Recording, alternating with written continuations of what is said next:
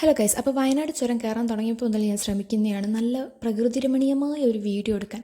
സ്റ്റാറ്റസൊക്കെ ഇടാമല്ലോ, പക്ഷേ ഫ്ലെക്സുകൾ സമ്മതിക്കുന്നില്ല. എവിടെ തിരിഞ്ഞാലും ഫ്ലെക്സ്. പിന്നെ ഞങ്ങൾ വിചാരിച്ചു ചായയൊക്കെ കുടിക്കാമെന്ന്. അങ്ങനെ ചുരത്തിൻ്റെ സൈഡിലുള്ള ഒരു ചായക്കടയിൽ നിർത്തി. കടയിലാണെങ്കിൽ ഇഷ്ടംപോലെ കടികളുണ്ടായിരുന്നു. ഏത് എടുക്കണം എന്നുള്ള കൺഫ്യൂഷൻ മാത്രമേ ഉള്ളായിരുന്നു.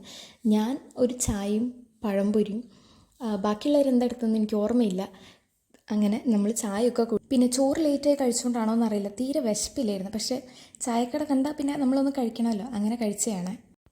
പിന്നെ ചായ കുടിച്ച് കഴിഞ്ഞാൽ മെയിൻ പരിപാടി എന്ന് പറയുന്നത് കണക്കെടുപ്പാണ്. ആരൊക്കെ എന്തൊക്കെ കടികളാണ് കഴിച്ചത് എന്നുള്ളത് ഒരു കറക്റ്റ് ലിസ്റ്റ് എടുക്കണം. അച്ഛനാണ് എടുക്കുന്നത്. അതാകുമ്പോൾ നമ്മൾ അവരെയും പറ്റിക്കില്ല, അവർ നമ്മളെയും പറ്റിക്കില്ല. കറക്റ്റ് പൈസ നമ്മൾ കൊടുത്താൽ മതി.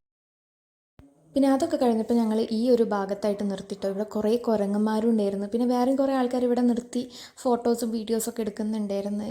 ഇതുവരെ വന്നതിൽ എനിക്ക് തോന്നുന്നു ഇവിടെയാണ് ഒന്ന് നിർത്തി ഒന്ന് ആസ്വദിക്കാൻ പറ്റുന്ന സ്ഥലം ഉണ്ടായിരുന്നത്. പിന്നെ നമ്മളെ മെയിൻ സ്ഥലത്തെത്തി. ഞങ്ങൾ വയനാടുള്ള പൂപ്പൊലി എന്ന് പറഞ്ഞൊരു പരിപാടി നടക്കുന്നുണ്ട്.